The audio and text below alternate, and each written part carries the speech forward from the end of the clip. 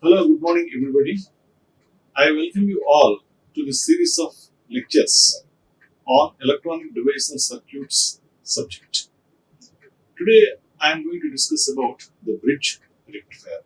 By the way, I am VR Seshagiri Rao, Associate Professor in the Department of Electronics and Communication Engineering, IARE. See, there are various types of rectifiers: half-wave rectifier, full-wave rectifier, and today I am going to discuss about the bridge rectifier. The earlier rectifiers, like half-wave rectifier and the full-wave rectifier, they have certain disadvantages. So to overcome these disadvantages, we go for the bridge rectifier. So what are the advantages of half-wave rectifier? It's a very simple circuit with low cost and with low number of components, and it is very cheap. And the disadvantages of half-wave rectifier are transformer utilization factor is less, and it produces a low average voltage and current, and there is a DC saturation of the transformer core, so it results in magnetizing current and also some hysteresis losses.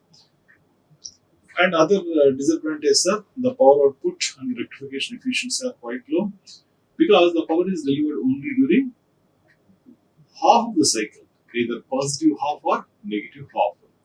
And the ripple factor also is very high for half-wave rectifier. So elaborate filtering is required to get a smooth DC output. And half-wave rectifier allows only a half cycle per one full cycle of sine wave. So other half cycle is not used or it is wasted. So this results into the power loss. So these are all the advantages and disadvantages of half-wave rectifier. So now we will discuss about the bridge rectifier. And before we discuss the bridge rectifier, let us discuss about the advantages of full-wave rectifier. Full-wave rectifier overcomes many of the drawbacks of half-wave rectifier. That means the efficiency is high and there is a large DC power output, and the ripple factor also is very less. And the disadvantages of full-wave rectifier are the PIV rating of the diode is high. It is double compared to the half-wave rectifier. PIV means peak inverse voltage. So because the PIV is high, we need to use the diodes with maximum power rating. So when you go for maximum power rating, naturally the diodes are going to be larger in size and they are going to be costly also. And the cost of center trap transformer which is used in the full-wave rectifier is high. So these are the advantages and disadvantages of full-wave rectifier. Now let us go for the bridge rectifier. So this is a circuit diagram of the bridge rectifier, and this is the transformer primary and this is the transformer secondary. So depending upon whether you need to have step up or step down, then accordingly the turns ratio is defined. Suppose if N1 is the transformer number of turns in the primary winding, and if N2 is the number of turns in the secondary winding, so the turns ratio is N2 by N1. So for step down transformer, N2 by N1 is less than 1. And for step up transformer, N2 by N1 is greater than 1. Suppose if you are using 230 volts power supply and you want to derive 5 volts or 12 volts DC supply, then actually you have to go for the step down transformer with appropriate turns ratio. So the bridge rectifier rectifies the primary AC input to the DC output. So these are widely used in power supplies to provide the DC voltages for the electronic components or the devices or the circuit elements. Now let us see the operation of the circuit. So the bridge rectifier, it contains 4 diodes like this.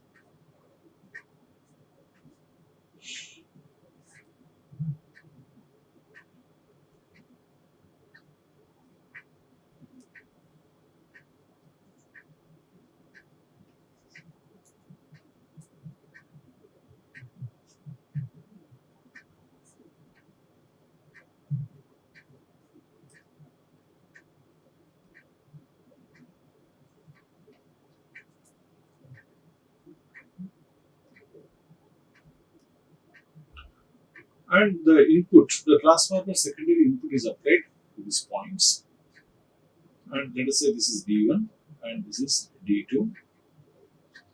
Okay. And this is D3 and D4. And the resistor is connected between these. This is the load resistance. And this is the transformer secondary winding. Now, when the AC input is applied during positive half cycle,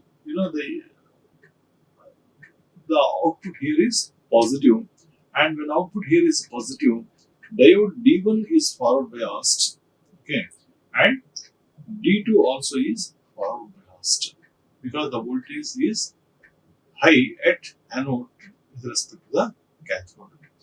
And during positive half, so naturally this node is positive and this node is negative. So in that case, diode D3, this point is cathode and this point is anode. And because we are applying a positive voltage to the cathode, D3 is reverse biased. So, and D4 also is reverse biased. When the diode is reverse biased, it acts like a open switch. So that is why D3 and D4 they are represented as open circuit elements.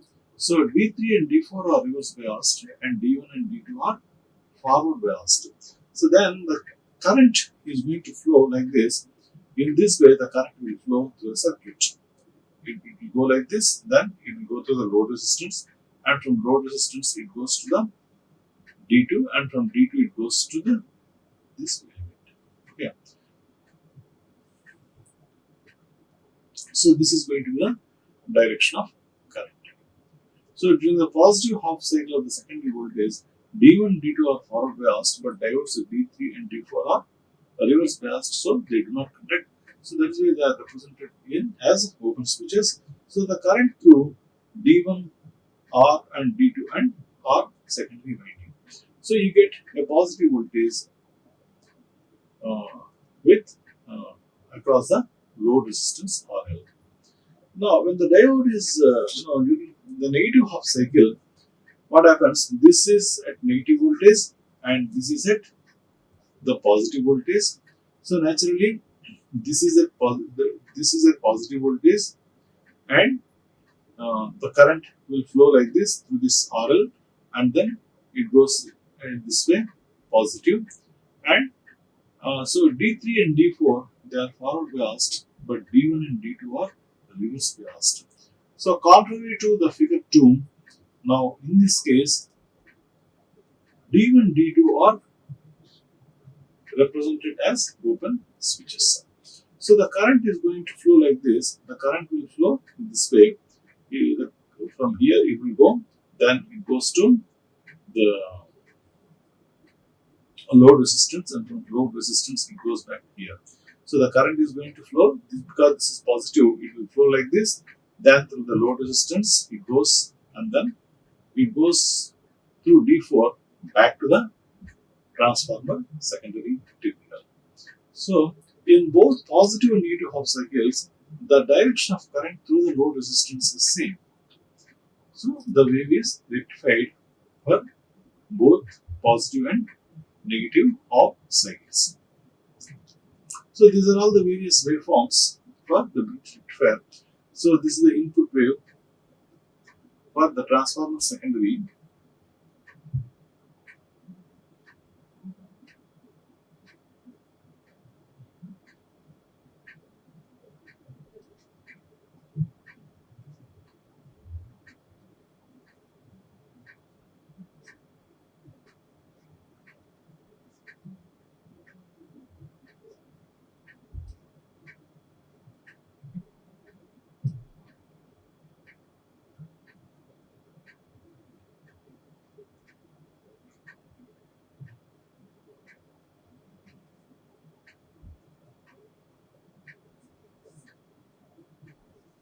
So the voltage is applied between those 2 points, and the applied voltage is sinusoidal. So this is a transformer secondary voltage which appears across these two terminals. So the secondary voltage, it varies in both directions. So during positive half cycle, what happens? This terminal is positive, so D1 is forward biased.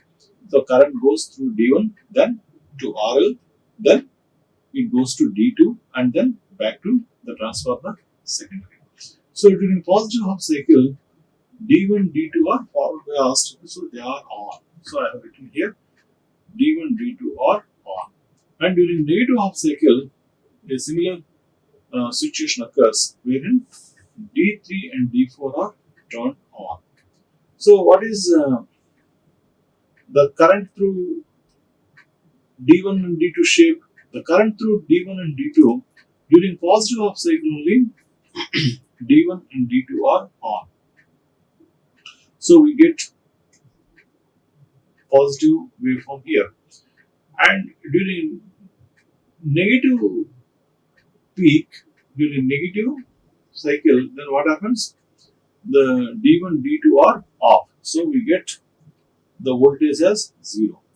And again during positive half cycle, D1, D2 are on. So you get the current through the circuit which consequently flows to the load resistor. And during negative half cycle, as we know, D3, D4 are on. So this is going to be the output during the negative half cycle. So what is the total current? It is nothing but current through ID, current through D1, current through D1, D2 plus current through D3, D4 is a load current. So these two things are added and they contribute towards the total load current. So this is a load current what we are going to get when both waveforms are added. So when both waveforms A and B are added, we get this waveform which is shown in C. So this C is the waveform for the load current, and D is the waveform for the load voltage.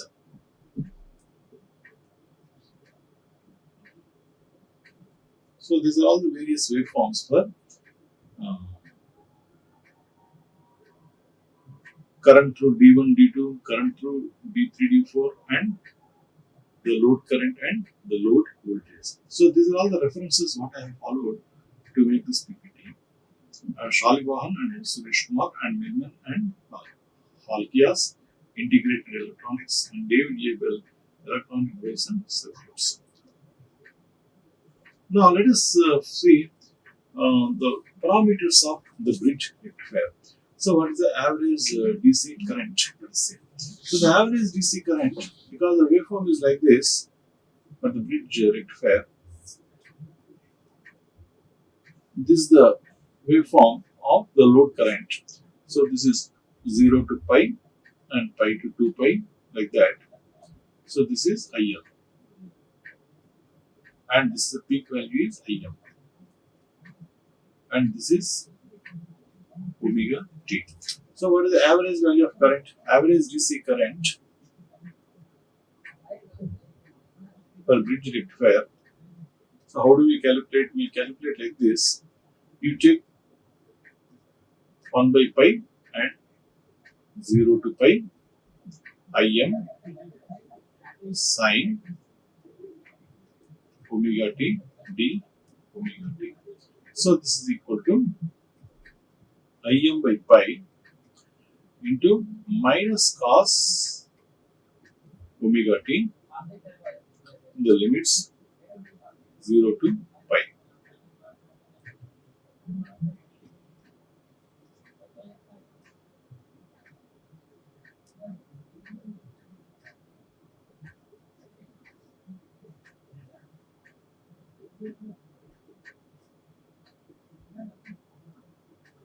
So this is equal to Im by pi 1 plus 1. So this is 2 Im by pi. So 2 Im by pi is the average DC current in bridge rectifier, and it is the same value what we get in full wave rectifier also. 2 Im by pi is the average DC current. We can also designate this as IDC. It is the same value what we get in case of full wave rectifier, and the corresponding value in half wave rectifier is Im by pi. For a half wave rectifier, it is Im by pi. This is a value for half wave rectifier. Now let us see what is the average DC voltage. So this is a average DC current, and average DC voltage also is of the same shape like this. Only we have to multiply this load current with the load resistor. So this is EL omega t. So what is the average DC voltage? EDC is equal to IDC multiplied by R. So the IDC is 2Im by pi, and RL you have to multiply. And what is IMRL? Is equal to EM. So 2Em by pi. Or we also can say for half wave rectifier it is Em by pi. So the average DC voltage for bridge rectifier is 2Em by pi. So it's the same value what we get for the full wave rectifier. Whereas for half wave rectifier it is Em by pi. Now let us see the RMS value of the current. So IRMS. So IRMS, how do we define? IRMS is defined like this. IRMS is square.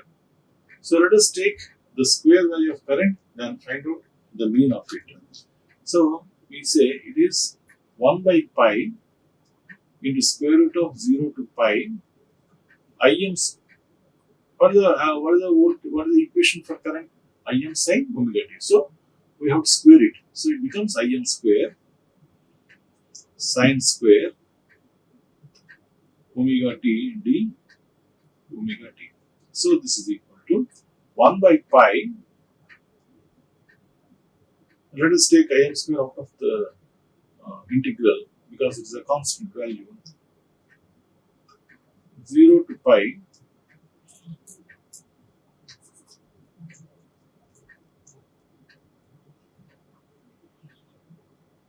what is sin square omega t? 1 minus cos 2 omega t by 2. So d omega t. So this is equal to Im square by pi, and 1. So integral is omega t by 2 minus cos 2 omega t. So you get sin 2 omega t divided by 4.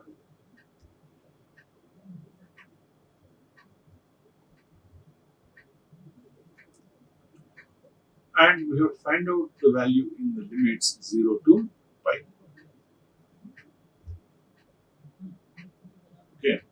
So this is equal to, we get this value as Im square by pi into pi by 2.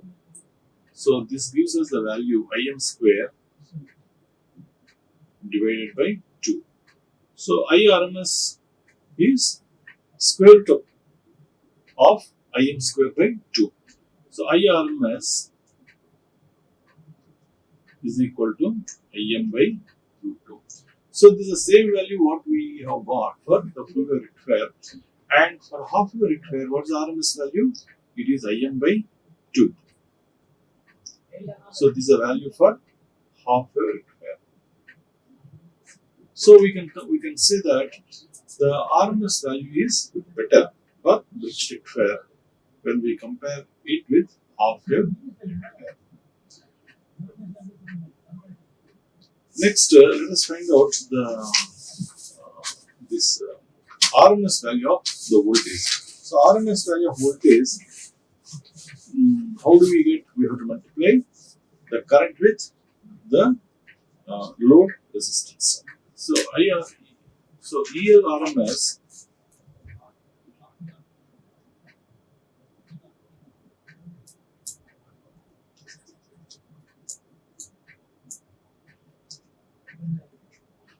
ELRMS is equal to IRMS multiplied with the load resistance RL. And what is the RMS value we have got for the current? It is Im by root 2. So Im by root 2 multiplied by RL. So this is the RMS value of voltage for bridge rectifier. It is the same value what we have got for full wave rectifier. And for half wave rectifier, the corresponding value is IMRL divided by 2. This is the value for half wave rectifier. So we can say that the RMS value is much better. It is more compared to the half wave rectifier. Next, let us see the DC power output for bridge rectifier.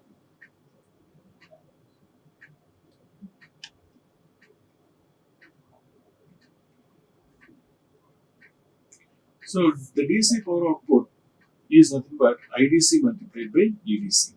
So PDC, we designate DC power output as PDC. So we have to multiply EDC with IDC. So what is the EDC value? What we have got? We have got EDC value as, or we can also write EDC like this: IDC square RL, because EDC is equal to IDC into RL. So we get PDC is equal to IDC square RL. And what is IDC? What is the DC value of current? What we have got for bridge rectifier? 2 Im by pi. So 2 Im by pi multiplied by RL. So this is the DC power output. So which is equal to 4 Im square by pi square RL. Okay. And what is the AC power input? AC power input is like this.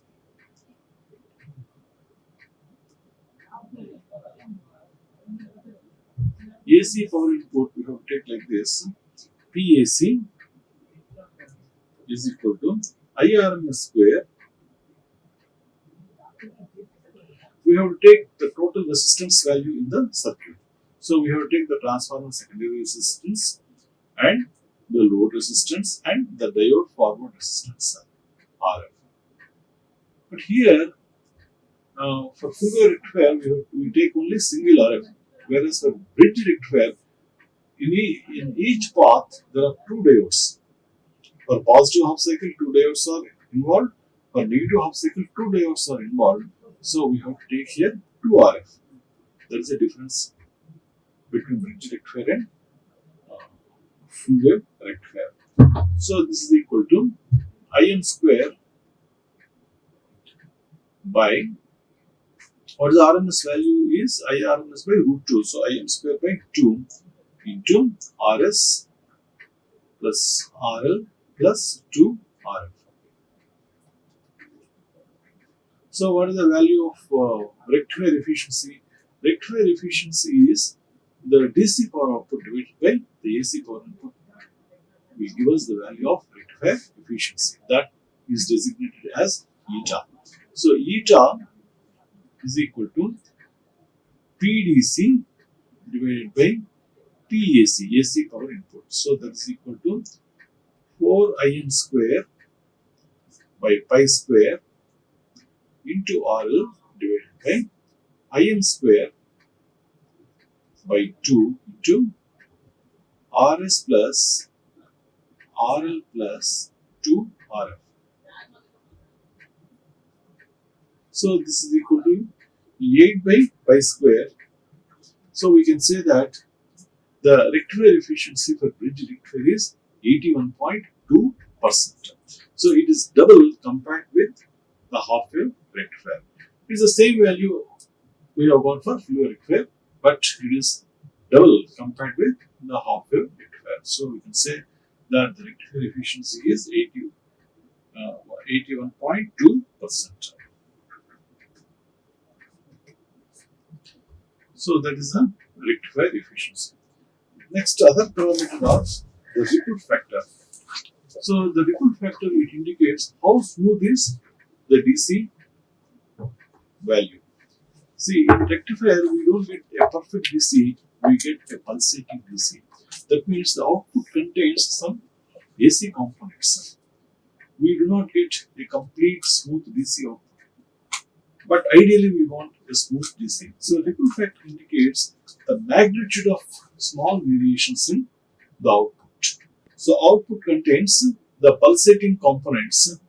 So, but ideally, we need a smooth DC. So, a ripple factor indicates the amount of AC variations in the output.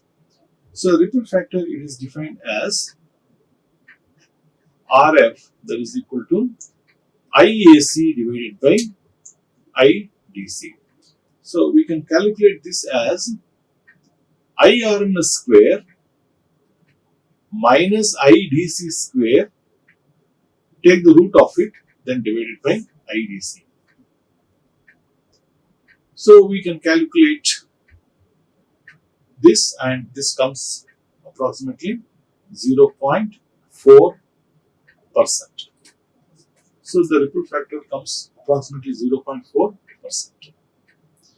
So, these are all the various parameters of the bridge rectifier. Now, let us do one small problem on the bridge rectifier. Let us consider a bridge rectifier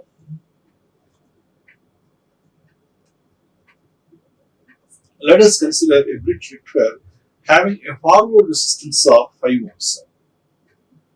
So, there is a bridge rectifier with a forward resistance of 5 ohms. And the transformer secondary resistance RS is 5 ohms. So, these are the given values.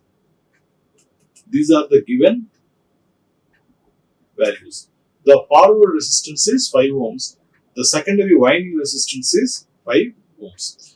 And let us and it's also given that the secondary voltage which is applied is 30 volts RMS. So 30 volts RMS voltage is applied between the terminals of the bridge rectifier.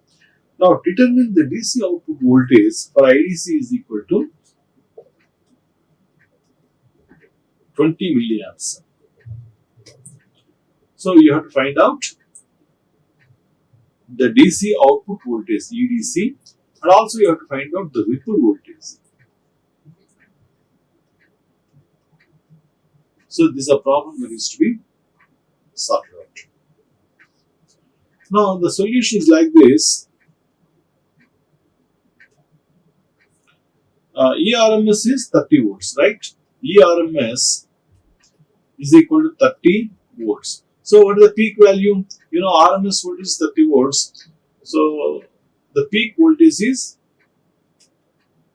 root 2 multiplied by 30 volts. So that is a peak value of voltage. So that is equal to 42.42 volts.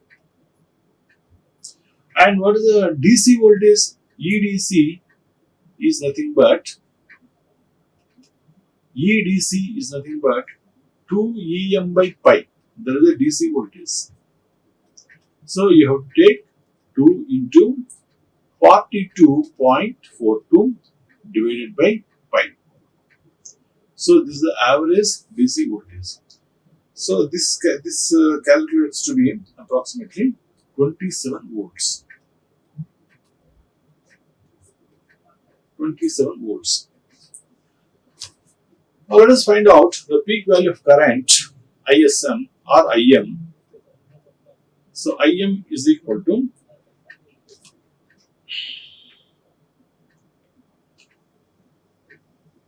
and here the IDC is given as 20 milliamps. So what does it mean?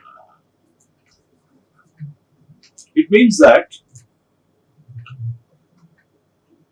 IDC is equal to 2 IM by pi. So IM is equal to pi into IDC divided by 2. So pi into IDC is given as 20 milliamperes divided by 2. So IM, we get IM as 2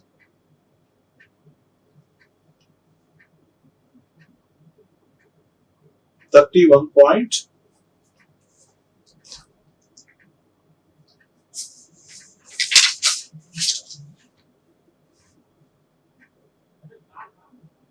Okay, you take IEDC as 200 milliamps.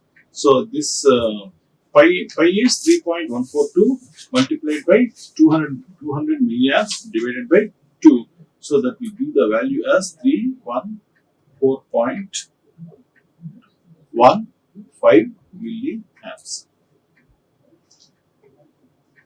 But what is the value of IM or ISM? IM is equal to ESM divided by RS plus 2RF plus RL. So that is the peak value of the current. IM is equal to ESM divided by RS plus 2RF plus RL.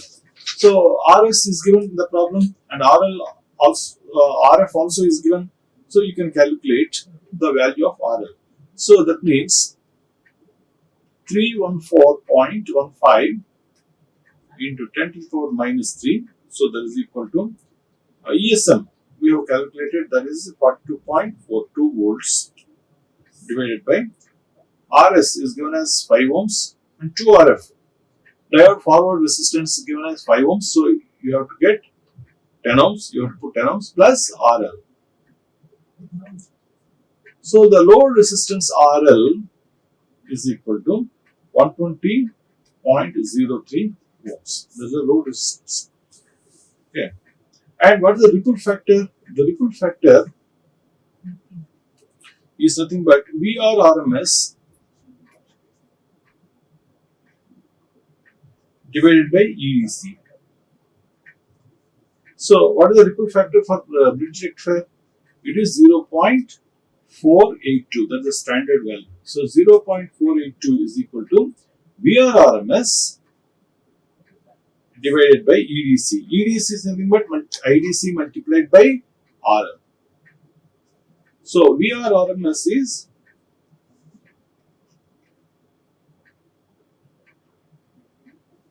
equal to 0.482 into IDC multiplied by RL. So that is equal to 11.56. Sorry, it is approximately 1.56 volts. So that is the RMS voltage. So let me briefly summarize what we have discussed. So the bridge rectifier, it contains 4 diodes and they are connected back to back, and depending upon the step down or step up requirements of output voltage, accordingly you have to use the transformer. And during positive half cycle, this terminal is positive, this is negative, so this is positive, and here you get positive, and this is positive. So the current is going to flow like this during the positive half cycle. So the direction of current is in this way. And during negative half cycle,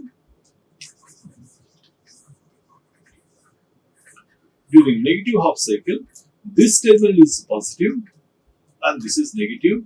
So this here you get a positive, okay, and this diode is forward biased, and the current will flow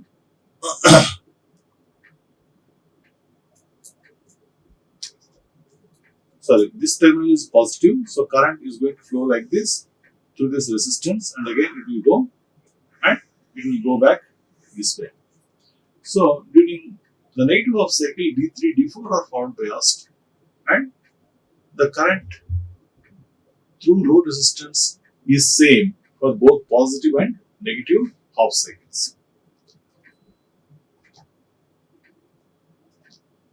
And these are all the various waveforms what we have discussed for bridge rectifier. And the waveforms for D1 and D2, they occur in positive half cycle and they are like this. And the current through D3, D4 is like this. So the current through D3, D4, it occurs only during negative half cycle, and it is this shape. And the current through the load resistor, we combine the waveforms A and B, and this is the load current waveforms for both cycles. And this is the waveform for the voltage. And these are all the summation of values what we have derived. IDC is equal to 2Im by pi and IRMS is equal to Im by root 2 and EDC is equal to 2ESM by pi and PDC is equal to IDC square into RL, so that is equal to 4Im square by pi square into RL, and PAC is equal to IRMS square into RS plus 2RF plus RL, and also we can write this as Im square into 2RF plus RS plus RL divided by 2. Why we are writing 2RF? Because there are two diodes in the positive cycle and there are two diodes in the negative half cycle. Because there are four diodes, during positive half cycle, the current flows through two diodes. During negative half cycle, also the current flows through another two diodes. So, because two diodes are involved, we are going to write 2RF here. And the rectifier efficiency is 81.2% and the ripple factor is 0.482. So, the main advantages of bridge rectifier is there is no need of center tap transformer and it can be used in application involving the floating output terminals and no output terminal is grounded, and transformer utilization factor in the case of bridge rectifier is higher than that of center tap transformer, and if stepping up or stepping down of the AC voltage is not needed, it does not even require any transformer. The main advantage of the bridge rectifier is the PAV, which is nothing but the peak inverse voltage, is 1/2 of center tap rectifier. So the bridge rectifier is highly suited for high voltage applications. For full wave rectifier, we have seen that the peak inverse voltage is 2 EM, whereas for bridge rectifier it is EM, because the voltage is shared by the two diodes. During positive half cycle, two diodes are involved. During negative half cycle, two diodes are involved. So, when the reverse bias occurs, it occurs within two diodes. So, the reverse bias voltage 2ESM is shared by the two diodes. So, the peak inverse voltage is EM. So, the peak inverse voltage is half compared to the full wave rectifier, which is the biggest advantage of the bridge rectifier. And the transformer is less costly as it is required to provide only half of the voltage of an equivalent center tap transformer that is used in the full wave rectifier. And transformer utilization factor in the case of bridge rectifier, it is higher than the center tap or the full wave rectifier. And for high voltage applications, the bridge rectifier is preferred because it has high peak inverse voltage. You can use diodes with less PAV, and bridge rectifier is preferred for high voltage applications. So we have derived the formulas for various parameters, and so with this I conclude today's session on the bridge rectifier. Thank you. Like, share and subscribe. Hit the bell icon for more updates.